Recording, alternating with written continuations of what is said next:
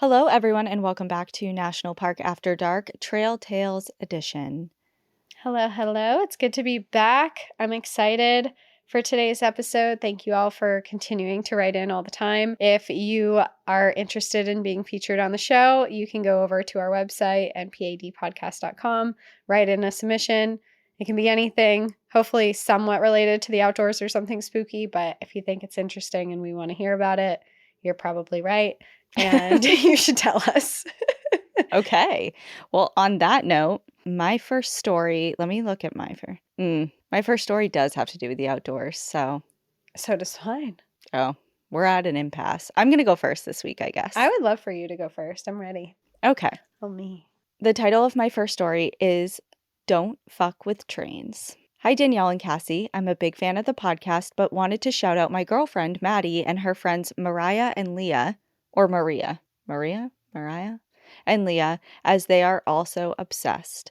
I also wanted to surprise them with a trail tale of my own. A few years ago, I was returning from a family reunion camping trip and had a long, daunting drive ahead of me, essentially across the entire province of British Columbia. A few hours into the drive, it was time for me and my fur baby Toby, a 100-pound Roddy Lab mix, to take a break and stretch our legs. We were in Kamloops, BC, and a quick scan of all trails found many nearby hikes. I settled on one called Battle Bluff Trail in Lac du Bois Grasslands Protected Area, which promised great views and appeared to be the perfect length before we had to continue on our way. The hike was relatively simple, but was brutally hot, with no opportunities for shade. However, once we got to the viewpoint, we were rewarded with a stunning view of Kamloops Lake, 300 meters below us. After a quick break to have a snack, drink some water, and take in the views, it was time to head back. I wasn't stoked to go back the way we came, definitely preferred to do loop hikes, so I made the decision to scramble down to the lake, have a swim, and then walk the shoreline back to the road and to my truck, and that was a big mistake. There was no formal trail down to the lake, and we ended up sliding down scree slopes right down to the water's edge. I got my boots full of gravel, and Toby got many cactus spines stuck in his paws, but we finally made it. Oh, cactus. I have whiplash from last episode with the cactus spikes. I'll never forget that story. I removed the cactus from Toby's paws, and we both immediately jumped in the lake to swim and cool off. After swimming for a bit, it was time to walk the shoreline back to the truck and continue on our road trip. Rather than walk the shoreline, we decided it was easier to walk along the train tracks that paralleled the shore, and we were making good progress until suddenly we came to a tunnel. We had 3 options. 1, hike back up to the bluffs and follow the trail. I vetoed this option because I did not want to hike uphill in the blistering sun and subject poor Toby to more cactus spines. Number 2, swim around the cliff the tunnel went through. I also vetoed this option as I didn't want to change my clothes again, and plus Toby wasn't actually the greatest swimmer. Thank you for thinking of your dog. So this left option 3, hike through the train tunnel. I stopped and pressed my ear to the track and heard nothing or sensed any vibrations, so I determined we should be good to go. We hadn't heard or seen any trains all day long, so I assumed the railway wasn't that busy. We went slowly through the tunnel as we quickly became enveloped with darkness and couldn't see anything. Feeling my way, we kept progressing and at one point could not see light from either end of the tunnel. Finally, a light did appear, but it appeared behind us. What the hell? If anything, we should be reaching the end of the tunnel and eventually see light in front of us. So what could possibly be this light behind us? Oh fuck, a train. How hadn't we heard it? I instantly bolted, thinking the tunnel must be over soon, and called to Toby, encouraging him to follow. Around one bend, and the light at the end of the tunnel appeared. We were close. We were gonna make it. The conductor must have seen us at this point and blew his whistle and started applying the brakes. The noise was dreadful and must have been ear-splitting for poor Toby, but at least they were slowing down and giving us some more time. I cleared the train tunnel and jumped aside, but where was Toby? I peered back in the tunnel, and he was nonchalantly trotting along. Run, Toby, run! He must have been so tired from his hike and heat drained because he wasn't running. He wasn't going to make it. In that instance, I knew I had to act. I ran back into the tunnel, scooped Toby up, and slammed our bodies against the tunnel wall, sandwiching my 100-pound dog between myself and the wall, and hoped there was enough clearance to not be struck by the train. Seconds later, the first train car whipped by, and it was going a bit slower now. Phew, we may make it out of this one alive. But suddenly, I felt a tug. The straps of my backpack got caught on the train and were sucking me in. Thankfully, I was able to quickly remove my backpack with one arm and ditched it. I listened as the wheels of the train rolled over my backpack, destroying it and all the contents inside of it. Just glad that wasn't us. It felt like an eternity, and my arms were getting weak from simultaneously holding Toby against the wall and covering his ears from the awful sounds. But finally, the train stopped. The train had stopped in the tunnel, and we picked our way past the stopped train cars to the outside of the tunnel. We emerged in the light, and I had never been so grateful to be alive. The moment was short-lived as we started to hear voices yelling and screaming at us, and they were pissed. Oh shit, I jumped back in the lake and swam out of sight. I managed to blurt out "we're okay," but I wasn't about to turn myself in. Instead, we swam back the way we came, around the tunnel, probably the move we should have done in the first place, and emerged back where we had began. The train was super long and protruding from the back end of the tunnel and seemed to stretch for miles behind us. At this point, I was hesitant to cross over the train, so we backtracked and walked alongside the stopped train for miles before the train ended and we were able to successfully cross. We then had to hike back up the scree and cactus slope anyways to reconnect with the original trail. When we finally made it back to the truck, we were tired and exhausted, but alive.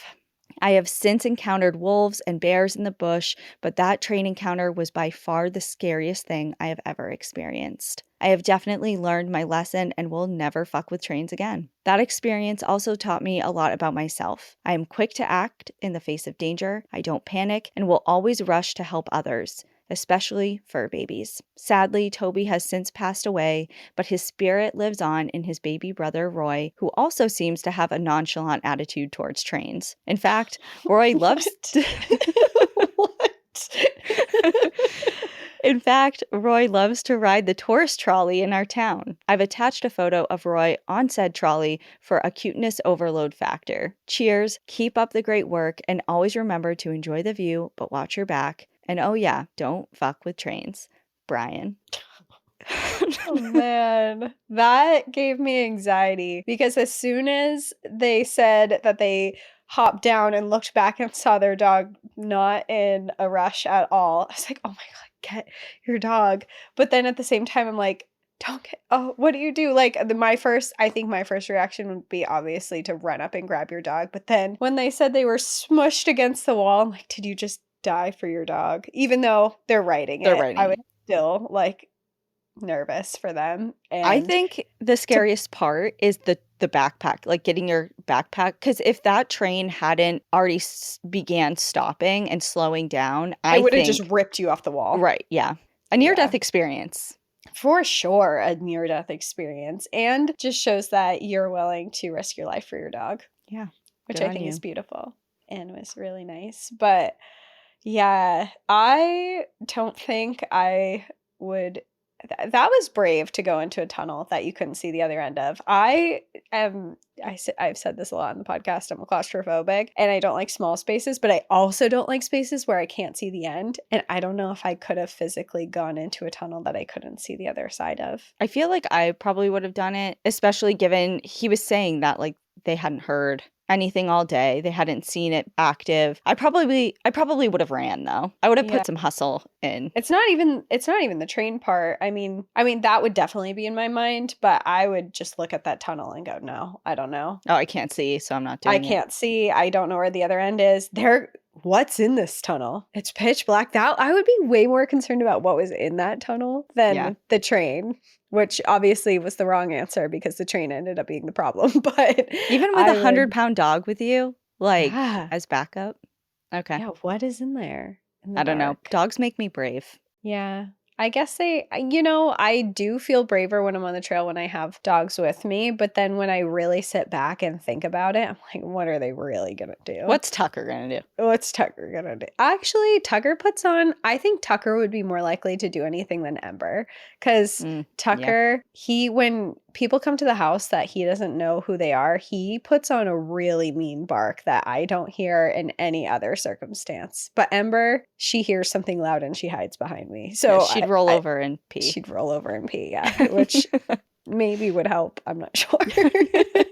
Somebody would be like, ew, never mind. Like, never mind. I'm not doing this anymore. Your dog's disgusting. Now I just feel bad.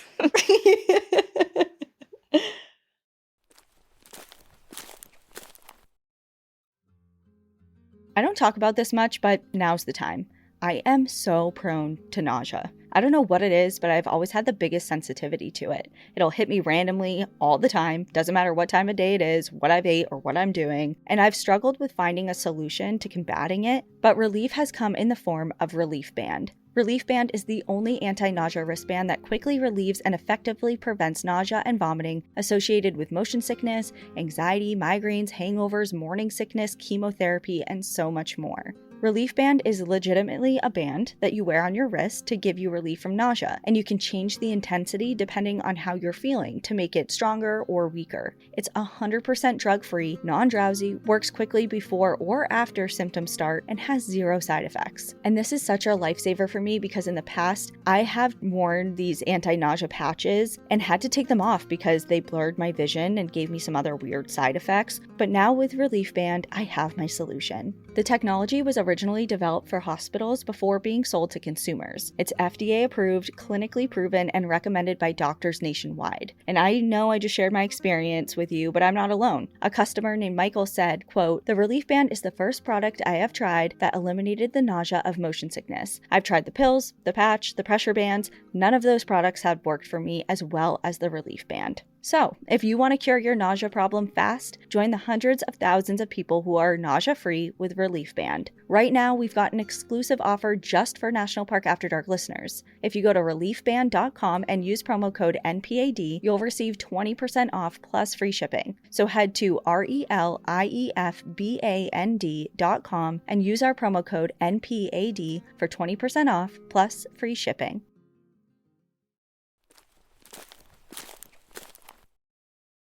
Oh, it's me. Yeah, I don't know like, why you're looking at me. And what else do you have to tell me today? What other stories are we going to hear? Right, I'm going to help tell them. My story is titled My Sierra Nevada Mountain Protector. Nevada. It's Nevada. My Sierra Nevada Mountain Protector.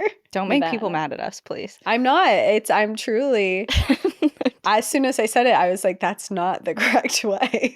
Hi guys, I'm a newbie to your podcast. I started listening about a year ago and you guys have been so fun to binge while my fiance and I go car camping, hiking, and backpacking. It's been amazing to find a podcast that combines my love for the outdoors with the eerie and unexplainable. And now I finally have a place to share my own spooky mountain tales. I'm from Central Valley, California, the part of the state that most people forget exists. No beaches, no palm trees, just endless farmland, cattle, and citrus groves stretching out for miles. But what most people don't realize is that just beyond the orchards and heat waves, some of the most breathtaking mountains in the country rise up like a hidden world. Sequoia and Kings Canyon National Parks were less than an hour from my hometown, and Yosemite was just under 3. Growing up, I spent countless weekends and summers exploring these places, from deep glacial valleys to high alpine lakes. The Sierra Nevada mountains were my backyard, my playground, and the place that has always felt most like home to my soul. My parents were avid backpackers and loved being outside, and my first camping trip happened when I was just 2 months old. I fully credit my absolute love for the mountains to my dad, who made sure that the wilderness was woven into my life from the very start. Our family has a family cabin built in the early 1900s in part of Sequoia National Park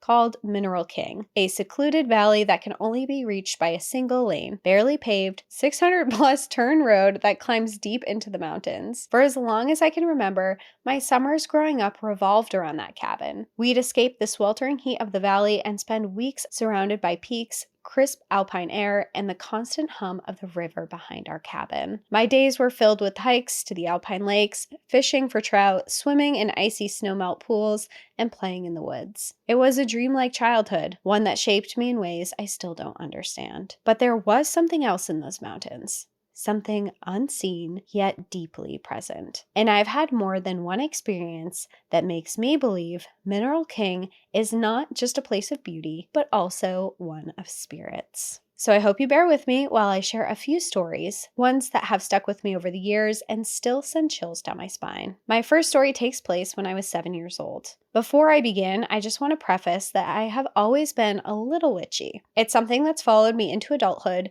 Spirits have always made their presence known to me in ways I just sometimes can't explain. It was the late afternoon, and my family had just returned to the cabin after an all-day hike to one of our favorite alpine lakes. We were all exhausted, the kind of exhaustion that settles into your bones after climbing switchbacks in the thin air. My parents immediately wanted to take a nap before dinner, but I, as young kids do, suddenly had a second wind. I begged to go outside and play. Fine, but stay in the backyard. Don't go wandering. Of course, what did I do? I don't listen. I started out by playing Bambi in the backyard, running through the trees, pretending I was Bambi, leaping through the woods. But soon, I got curious. I crossed the river behind the cabin, and then, without realizing what I was doing, I went up into the woods. I didn't know these woods well yet. I wasn't old enough to recognize landmarks or navigate off-trail like I can now as an adult. And suddenly, it hit me. I was lost. Panic rose in my throat and my eyes started to burn. I can vividly remember the gut feeling I had that I had no idea which way the cabin was. I remember turning in circles, trying to retract my steps, but everything looked the same. Just endless trees, rocks, and fading sunlight through the branches. And then I felt it. The unmistakable sensation of being watched. But it wasn't a bad feeling. I turned around and there she was. A little indigenous girl. About my age, standing silently in the shadows of the trees a couple feet away. She was dressed in simple clothing, her dark hair hanging loosely past her shoulders. She just stood there, watching me. But instead of fear, I felt a strange, overwhelming calm. Without a word, she turned and began walking away. And I knew I was supposed to follow her. I trailed behind her and she weaved gracefully through the trees. I don't know how long I followed her, but I slowly started to hear the familiar hum of the river, and then it came into view. She stopped at the edge with the back of the cabin just beyond. I blinked and she was gone. If she hadn't appeared, I would have never made it back. I would have wandered deeper, hopelessly lost in the Sierra Nevadas. Who knows if I ever would have been found? And if I was, would I have been alive? Or dead. Even now, at almost 30, when I return to Mineral King in the summer, I feel something I don't experience anywhere else. It's not just peace, it's protection.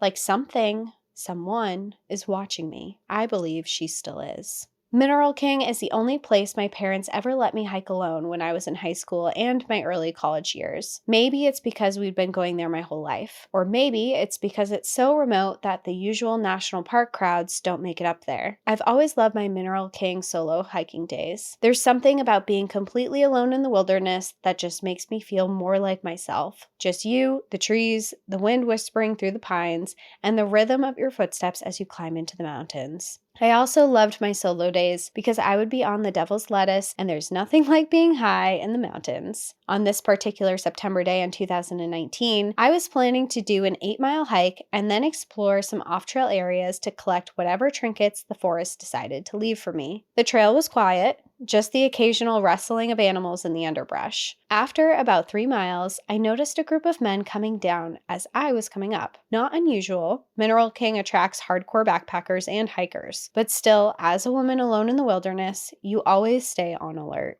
There were 4 of them. I felt it immediately that something was off, that the energy was wrong. Like a radio playing on a frequency that I wasn't supposed to hear. As I passed them, I made direct eye contact just long enough to assess.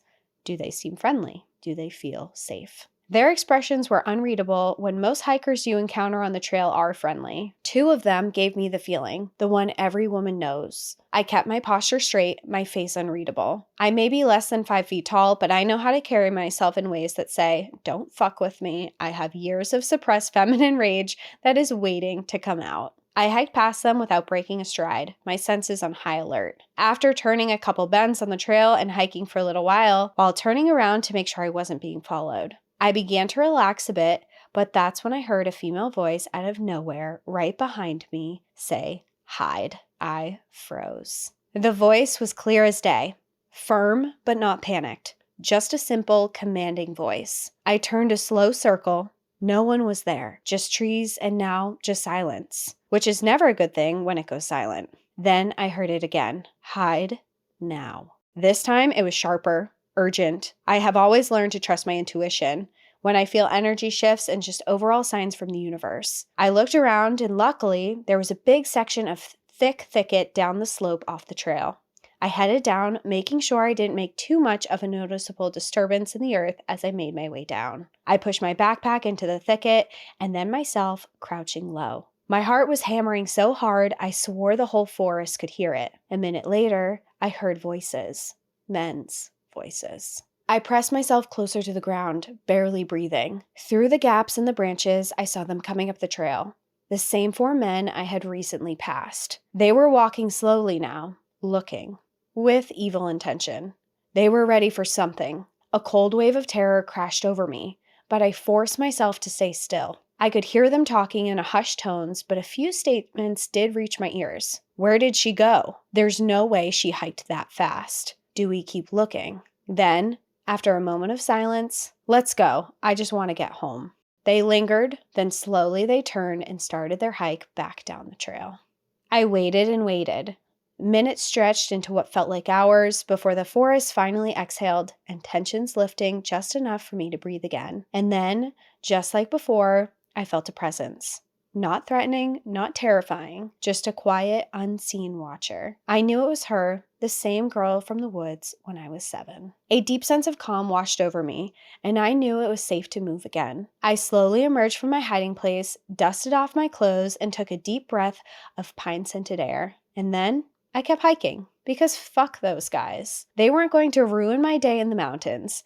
I had a pack of joints that deserved to be smoked with a sick-ass view at an alpine lake. I have no doubt in my mind that my spirit guide, whatever you want to call her, saved me that day. If I hadn't listened, if I had ignored that voice telling me to hide, I don't think I would be sharing this story with you. The spirit guide has continued to appear throughout my life. She has spoken to me in moments of danger, guided me out of bad situation, and even showed up in places far from Mineral King while hiking in Mammoth, Yosemite, and even the desert. But no matter where she appears, I feel her strongest in Mineral King. That place is her home, just as it is mine. And in a few months, I'll be marrying the love of my life at my family's cabin, the place where she found me. I can't help but wonder, will she be there? Watching over me once again. So if there's one thing I want people to know, especially the female listeners, it's this. Listen to your intuition, trust your instincts, and sometimes the voices in the woods are the ones trying to save you. Thanks for reading this long-winded story, and I hope you enjoyed it. Always remember, enjoy the view,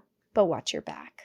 That should be a movie, don't you think? That story. Yeah, like just this young girl and growing up with this watcher, this protective spirit, just like moving through life with her. Like, I think that would be so cool. It's a really interesting story, and I feel like there's definitely validity of what you're saying here. I mean, to have multiple experiences of this, and then you have this really uneasy feeling of these people that you're with, and then suddenly you hear a voice clear as day saying hide. Yeah. I mean, that is definitely, there's something happening there. There's someone looking out for you. And that's so scary. I mean, I think that that's my worst fear out in the woods is to encounter something like that, especially as someone who enjoys solo hiking, and to have that feeling and to have people out there with malicious intent like that.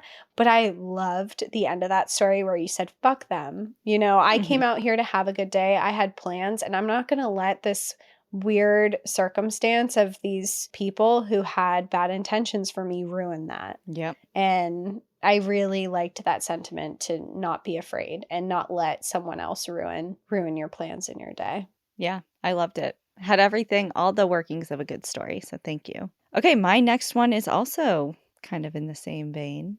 Oh no, I'm already scared. Why are you scared? You just said you love that story.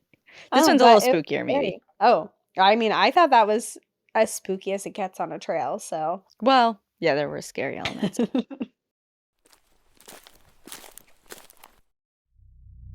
Did you know that after World War II, the US government secretly brought Nazi scientists to America to advance military technology? Or that the Army secretly released bacteria over San Francisco in the 1950s to test biological attacks without alerting the public? These might sound like conspiracy theories, but they're real. Each week on the new podcast, Redacted, Declassified Mysteries, host Luke Lamana uncovers the shocking truths powerful forces never wanted you to know. The stories are real, the secrets are shocking. Follow Redacted, Declassified Mysteries with Luke Lamana on the Wondery app or wherever you get your podcasts. This one is titled Ghost Sailor on the Cape Hatteras National Seashore. Hi guys, I discovered your podcast a couple of weeks ago when I asked on Facebook if anyone had any favorites as I needed something new to binge. I've listened to you every day since, and other than skipping the animal attack ones, which really aren't my thing, I've kept in line and I'm on episode 99, Unfinished Business in Crater Lake. That's fair. Is it Totally fair? Those are fair. my favorite. Sir. I mean, they're I also know. some of my favorite, but I can totally understand why. That's okay. I know people You would be skip certain afraid. ones. Yeah, everyone has their own. A lot of people skip niches. these. They're like, I don't want to hear these stories, which is fine, but you're missing Unfortunate. out. Yeah, I mean, we're not telling them because They're not listening.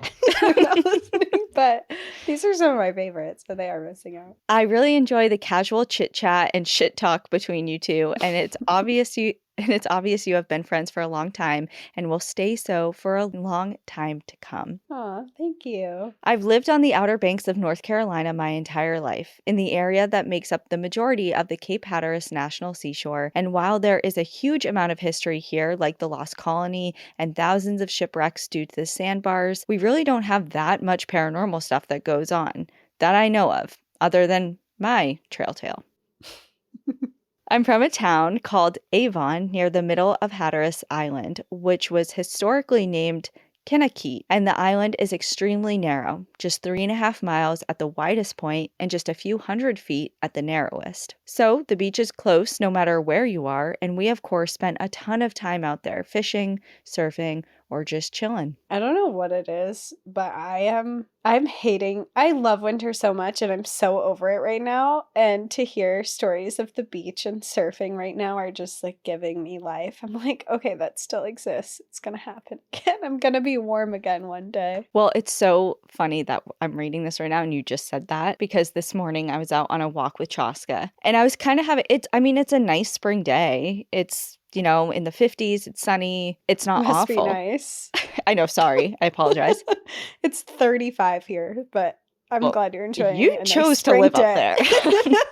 Don't come at me.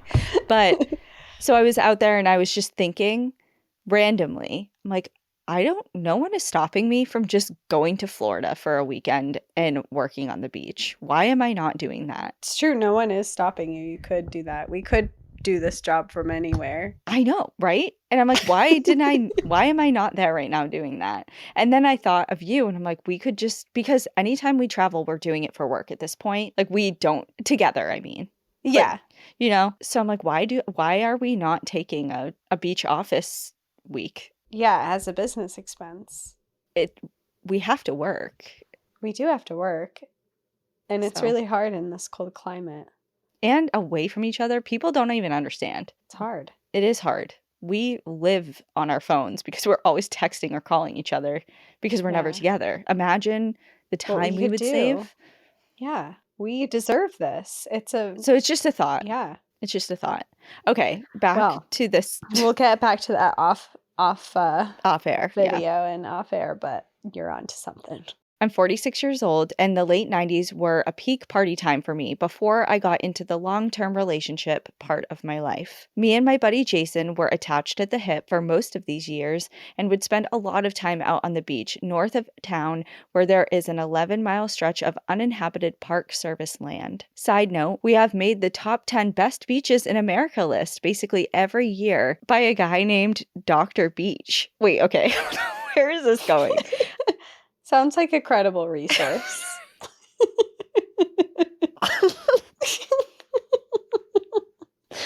Oh my God. Okay, hold on. So according to Dr. Beach, That list includes Florida and Hawaii, etc. So that's saying something. It is saying something. That is saying something. And North Carolina has beautiful beaches. Yeah. And South Carolina. It's like I don't know how much more we need to hear today about why we should go there. If I ever heard a sign in my life, it was, This is it. this is it. Anyhow, one nice summer evening, Jason and I had met a couple of tourist girls and took them for a beach ride a few miles north of town on the beach for some stargazing and privacy, where we got out and made a small bonfire. We sat and socialized for a bit, and then I saw one of the girls peer at something over the fire looking south on the beach, and when I looked over to see what she was staring at, I saw someone walking up to us. Again, this was about 4 or 5 miles north of town, with nowhere in the direction this person was walking from to access the beach other than the ramp we took right outside of town. We were shocked to see anyone at all where we had parked, much less on foot. A few seconds later, the person came into view, and it was an old man who looked to be in his late 60s or mid 70s, with a long gray beard and some very old, no decals on them or anything, oilskins, which are what sailors used to wear back in the day as rain gear. He was also dripping wet, like he'd just been in a torrential downpour, or, of course, walked up out of his longtime watery grave in the sea. There's always that. There's that to consider. He got about 25 feet away from us and just stopped and stared at the fire. We kept our cool because there's basically no crime here, but it was very creepy. And then Jason spoke to him, just saying something like, "Hey, bud, how's it going?" But got zero response verbally or physically from the man, as he just kept staring at the fire. This is when the two girls were starting to get visibly uncomfortable. I spoke to the man casually, trying to see what he was doing so far out of town, but still received nothing. He stood there less than 5 minutes, but it felt like so much longer due to the weird vibe this guy was giving off. But then he just slowly turned around and started walking back the way he came, but down into the wash, like basically in the ocean, until we lost sight of him entirely due to the glare of the fire. We all looked at each other with our what the fuck faces for a few minutes before anyone spoke, and then we all decided we had seen a ghost of an old sailor or a shipwreck victim from long ago, because we didn't pass him on the drive up to this spot and hadn't been there long enough for him to walk the entire way from town. And even if so,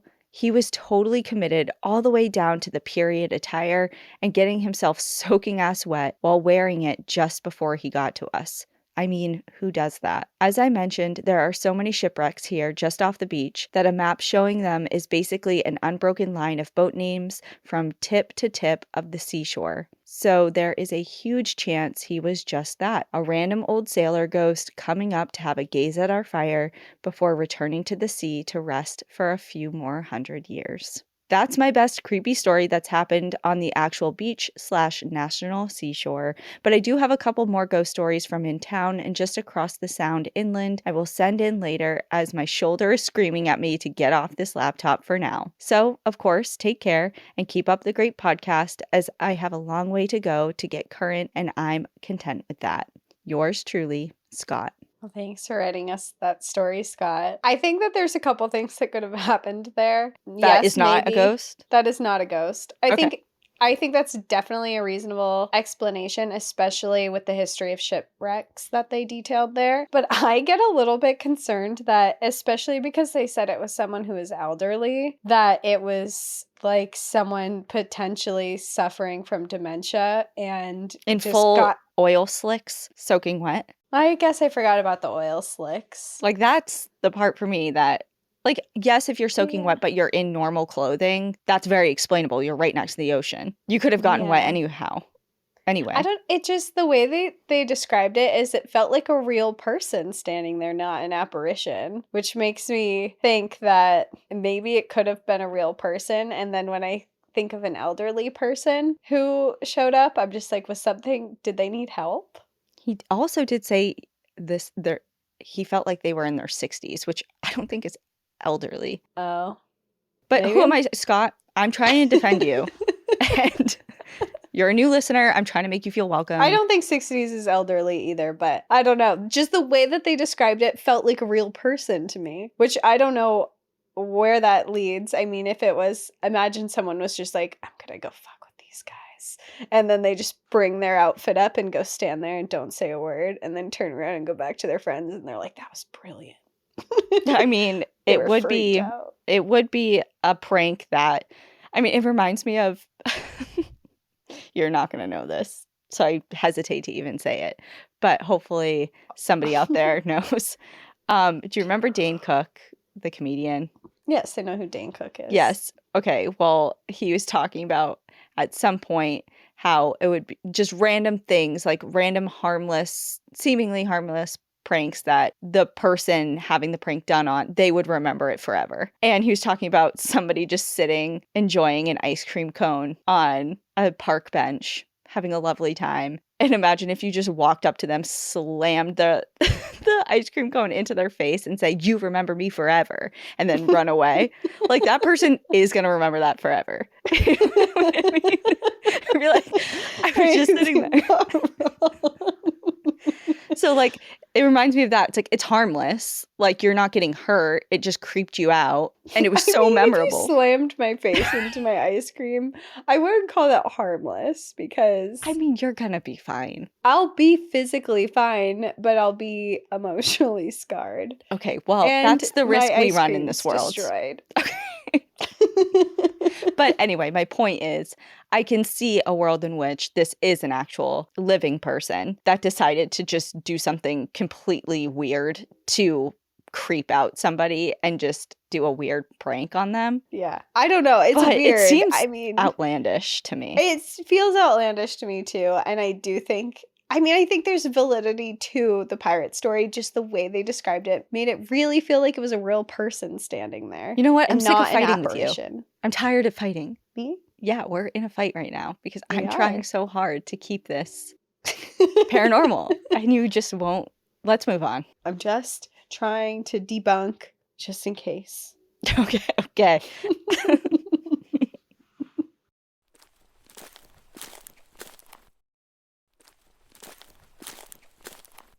My next story is titled, "The Time I Ugly Screamed All the Way Down the Slip and Slide from Hell."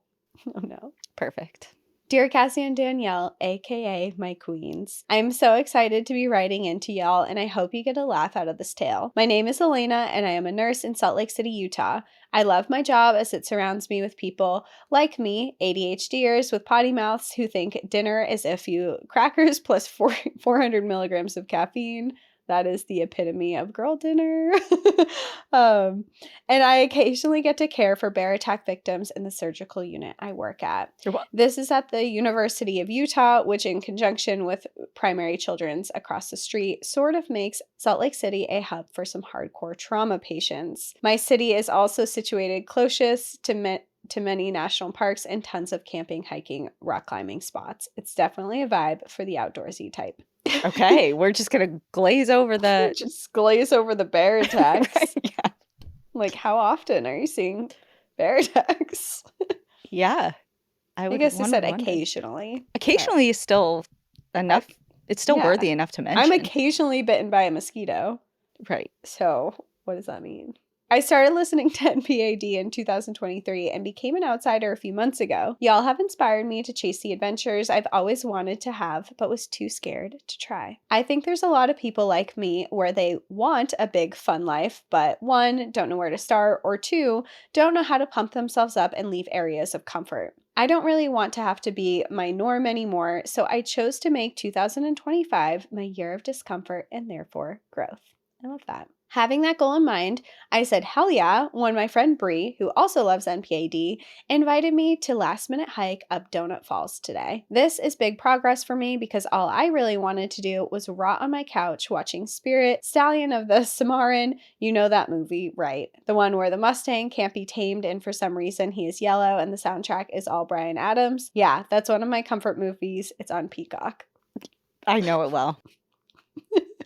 You know, would have also been a good option for your day as well. Anyway, the hike is a very popular one in the area, known for being pretty easy. We brought snow pants and trekking poles, but both forgot crampons. Since it hadn't snowed in a while and others at the trailhead weren't wearing any snow gear, we decided we'd be fine without the crampons. Spoiler alert, we were not.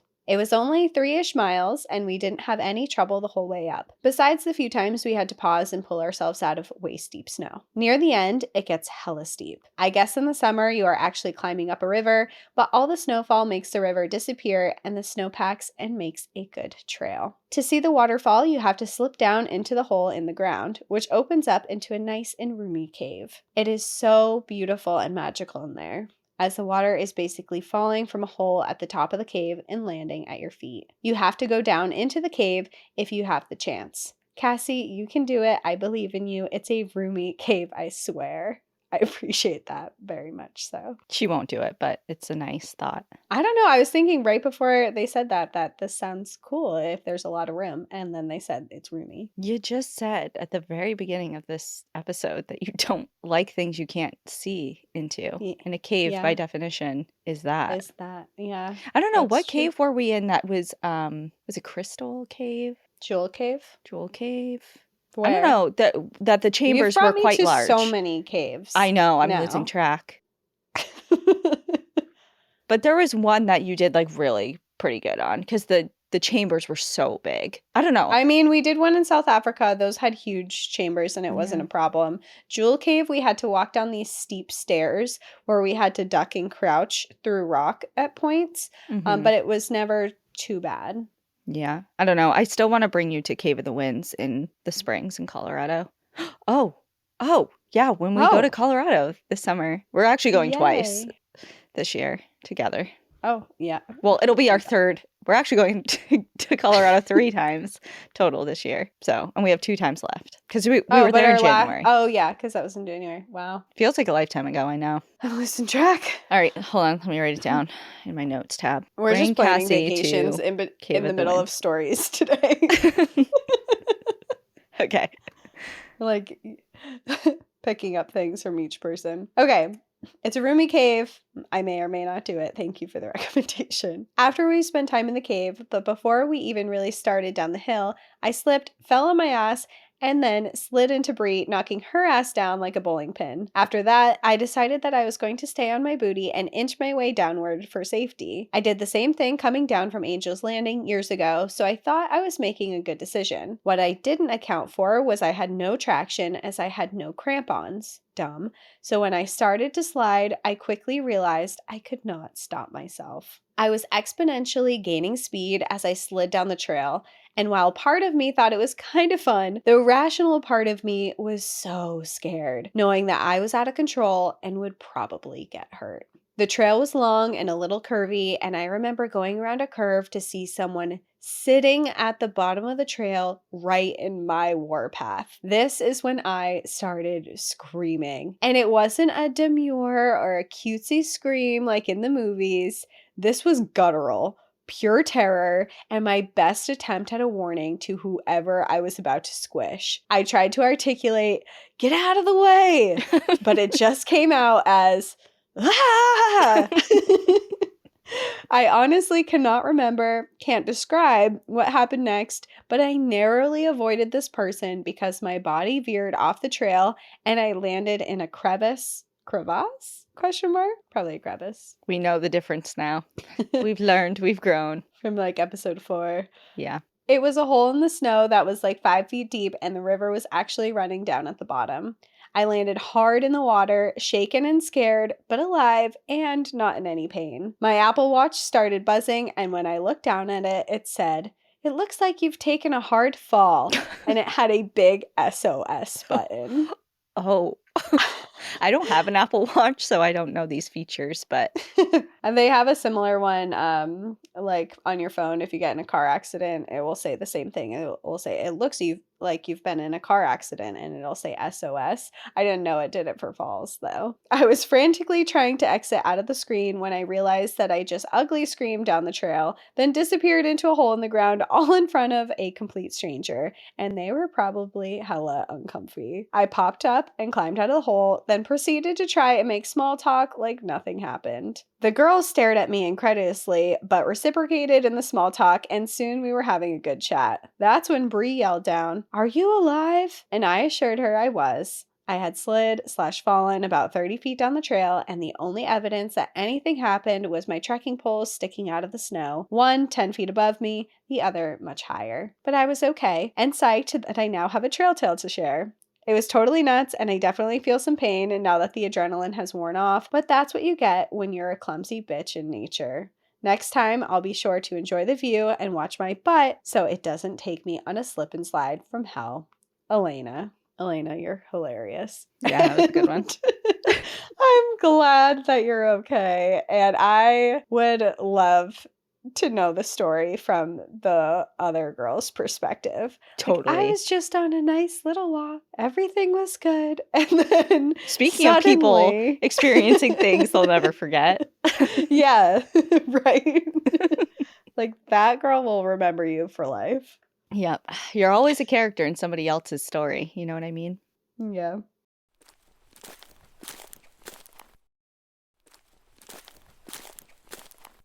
Okay. My next story is titled, My Dad Sent Me a Dying Opossum. And this tale is a little bit different because it's mine. Oh, I was like, wait a second. It's like, that sounds oddly specifically this similar just to your happened life. to you. Yeah, I wrote everyone a trail tale.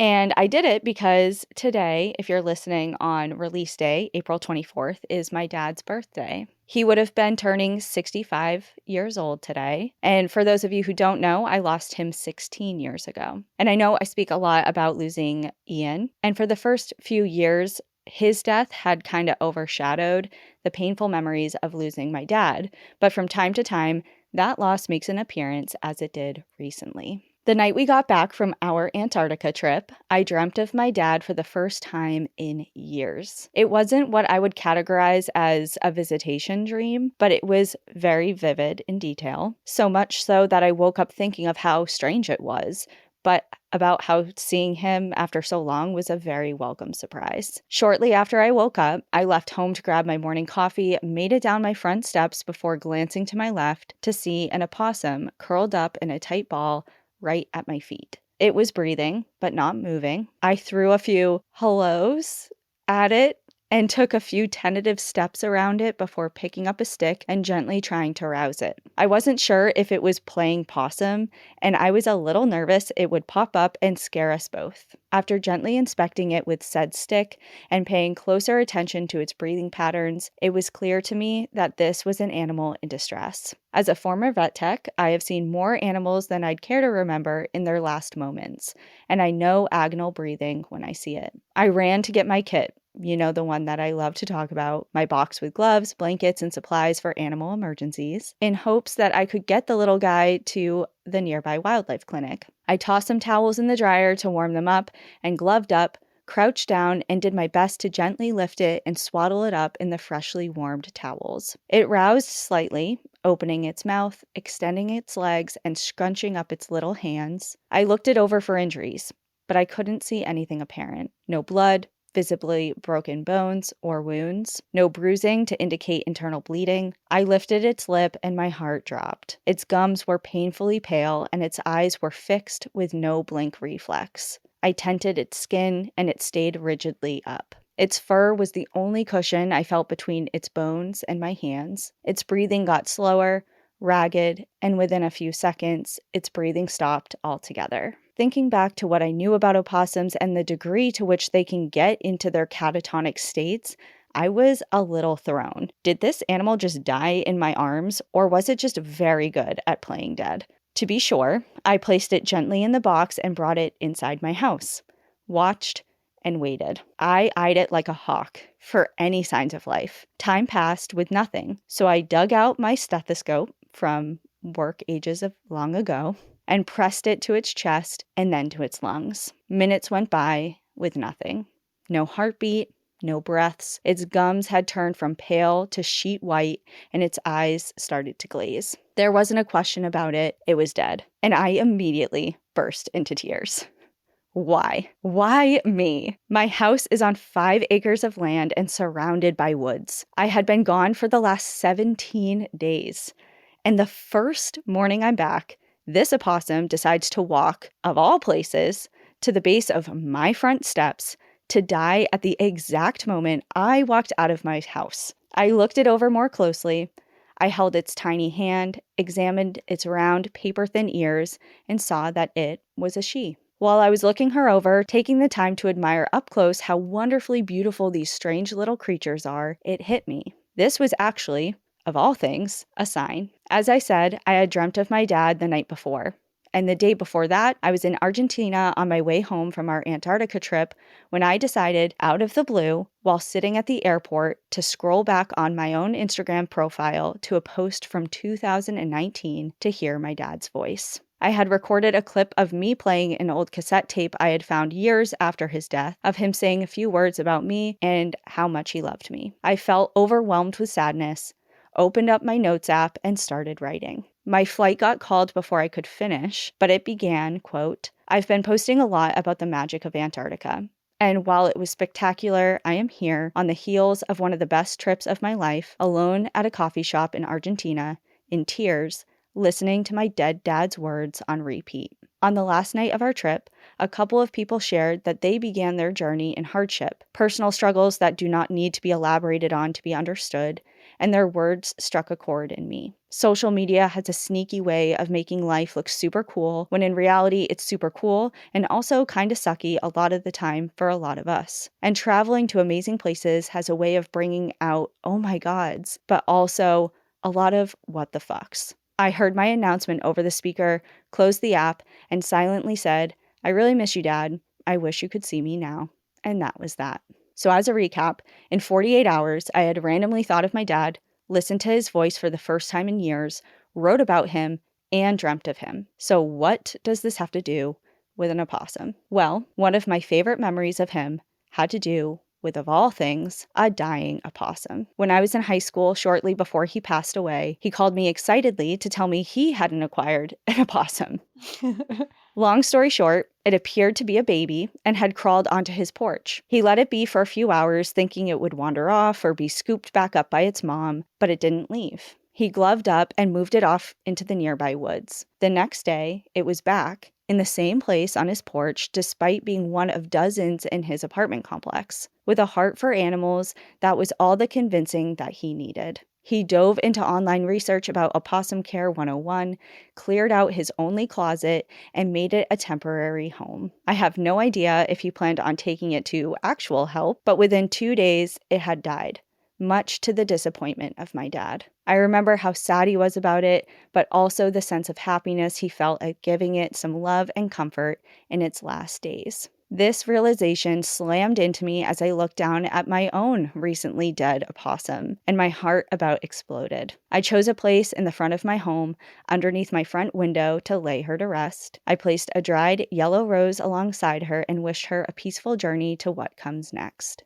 It may be a stretch. It may not make sense to anybody but me, but in my heart of hearts, I know that this goodbye was also a hello. A way of my dad saying, "I do see you." Just like my dad, I was happy that I was chosen somehow, some way, by it or the universe or whatever, to do what I do best, to provide comfort, warmth, and care to those dealing with death.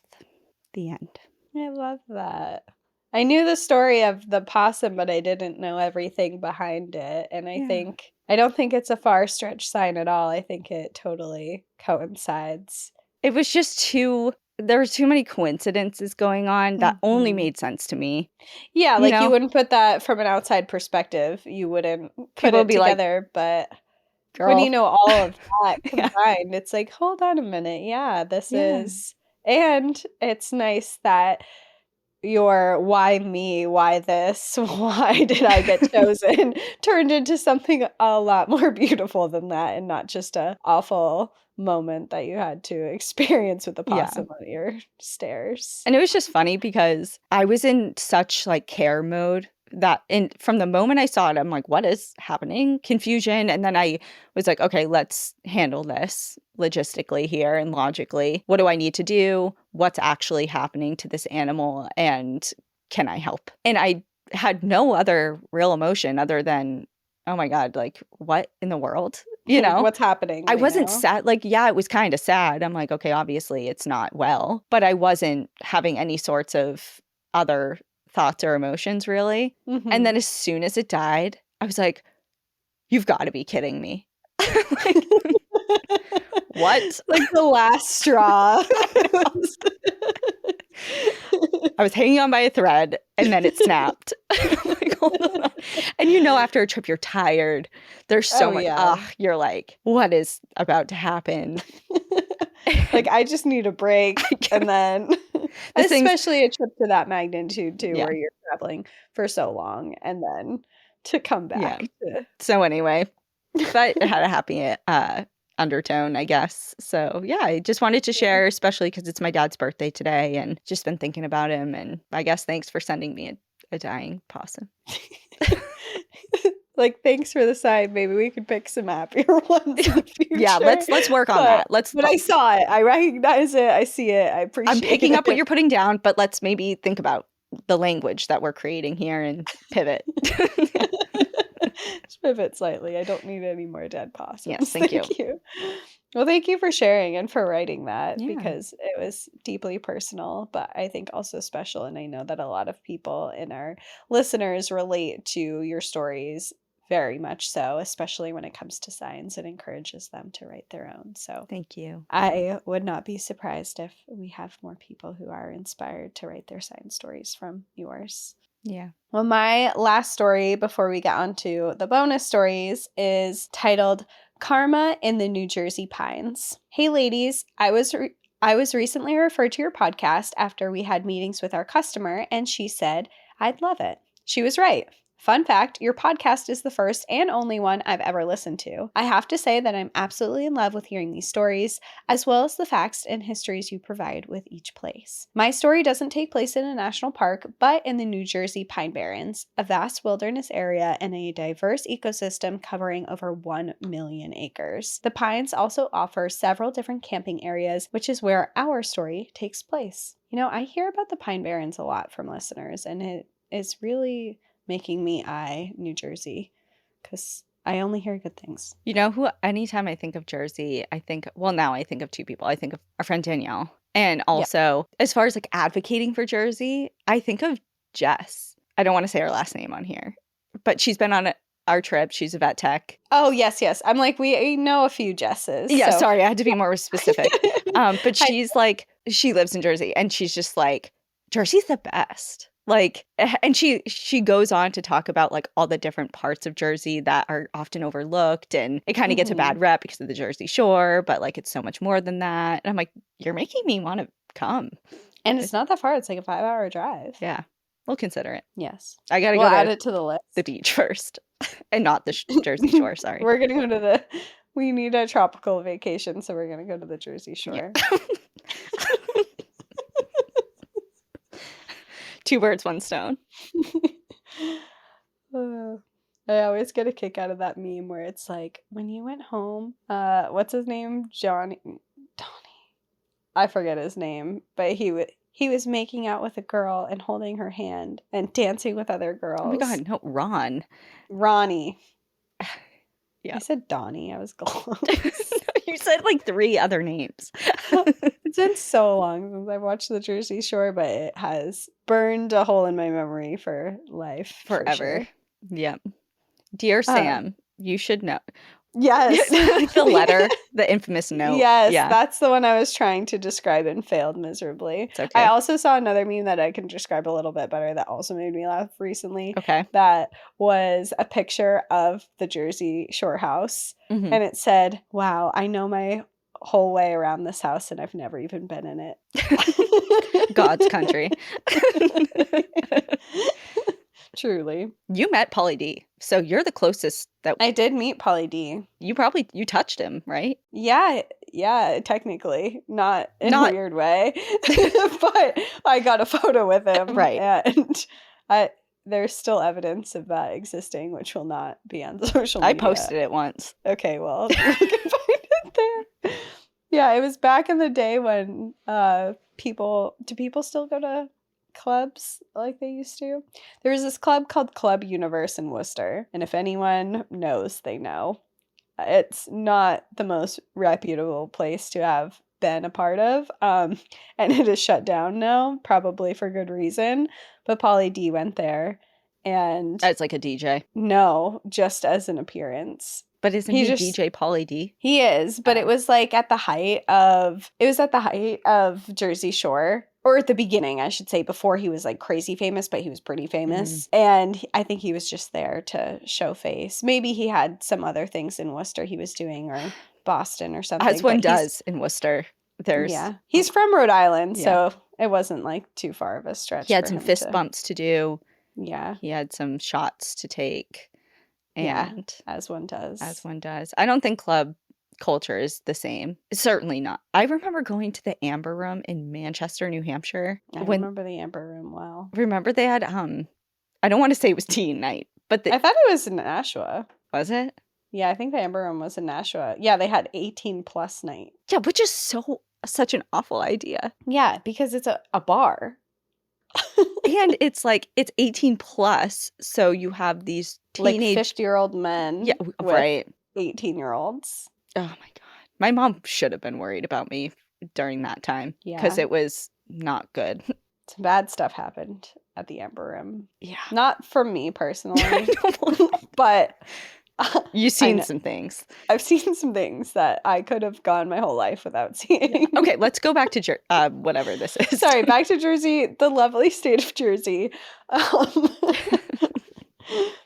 I really do want to see the Pine Barrens. Okay, their story takes place in the Pine Barrens, which is why we went off onto this other... Just in case anyone needed reminding, we're in Jersey. Yes. My ex and their brother were notorious for pulling serious pranks on each other. And when I say serious, I mean methodical, well thought out, and sometimes lasting several weeks. They took these escapades to another level. So when we heard that my ex's brother and younger sister were going camping at Wharton State Forest, my ex saw a golden opportunity to enact the ultimate prank and scare the crap out of him during his weekend camping. We told his sister the plan and set off on our trip. We drove out to the campground on Saturday afternoon and set up our own camp on the opposite side of where they were staying. We scoped out their site, ensuring we wouldn't be detected, and planned to throw small pebbles on the metal roof of the bathroom nearby, along with other tricks, like playing a Halloween CD filled with various screams. Looking back now, it was incredibly diabolical, but that's brotherly love, I guess. It was still early in the season, so we were the only campers in the entire park, which at the time, I couldn't believe how lucky that was. By the time night fell, we waited until 11 p.m. to begin our debauchery. It was also a full moon that night, so once our eyes adjusted, we had no problem navigating without headlamps. My ex and I split up, surrounding his brother's campsite from both sides. We started small, breaking twigs, throwing pine cones near the tent,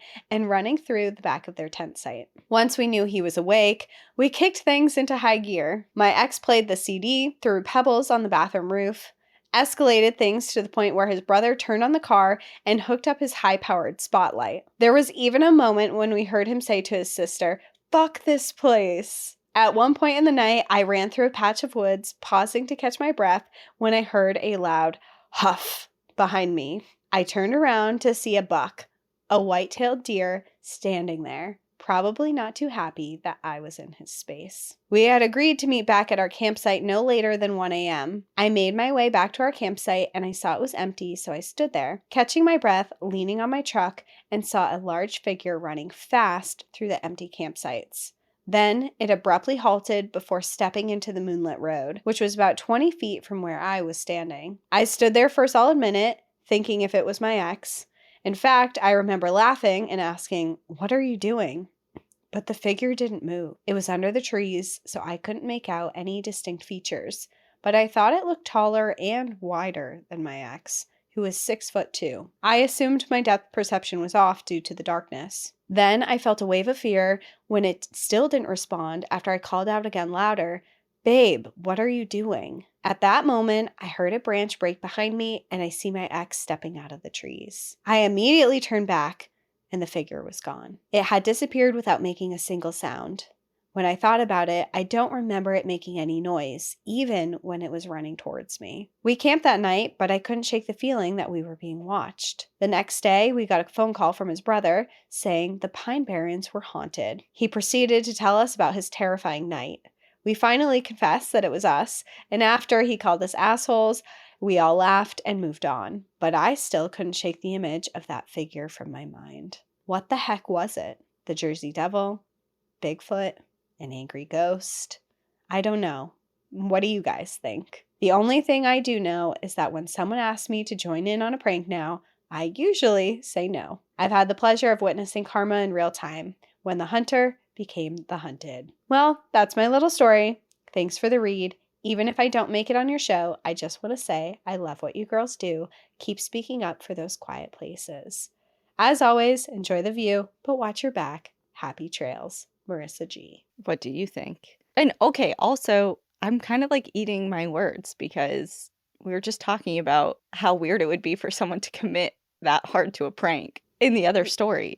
That's true. And here we And are. now- Marissa just said this guy's family used to commit week-long pranks. That is commitment. So, yeah. Anyway, I don't know. I think it's definitely weird. And it clearly wasn't your ex, and it also wasn't like your ex's brother. And right, yeah. But there's other people in the campground, right? Yeah. And I guess if you were like doing a bunch of sketchy shit, maybe they were coming after you.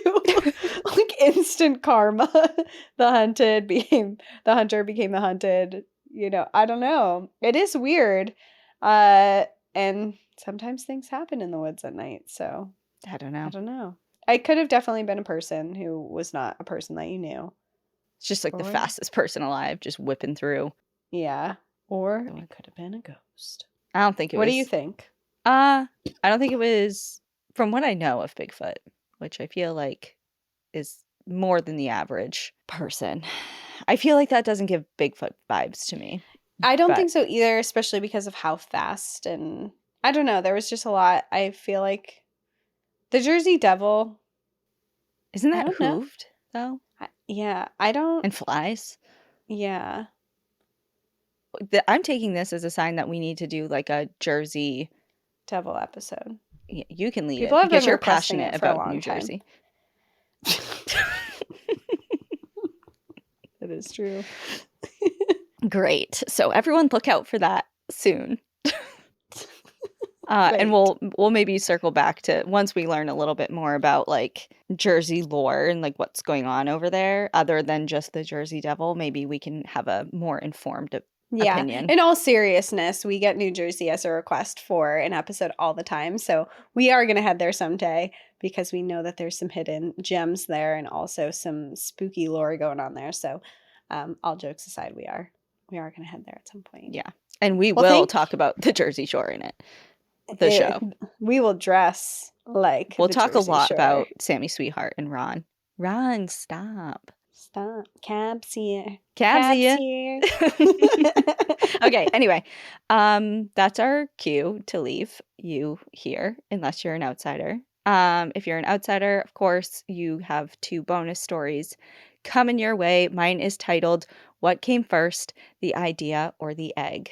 And mine is titled, We Got Haunted in the Most Haunted Pub in York. Okay. All right. So thank you, everyone, for listening. You know where to submit your things if you have any type of story to share. And otherwise, have a good week. Enjoy the view. But watch your back. Bye, everyone. Bye. Thank you for joining us again this week. If you have a trail tale of your own you'd like to share, you can write to us at npadstories@gmail.com or visit our website at npadpodcast.com. Bonus trail tales and content are available to Patreon members and Apple subscribers. Follow the show on Instagram, TikTok, Facebook, and X at National Park After Dark. And if you prefer to watch our episodes, you can find us on YouTube at National Park After Dark. And as always, if you enjoy the show, please take a moment to rate, review, and subscribe wherever you listen to podcasts.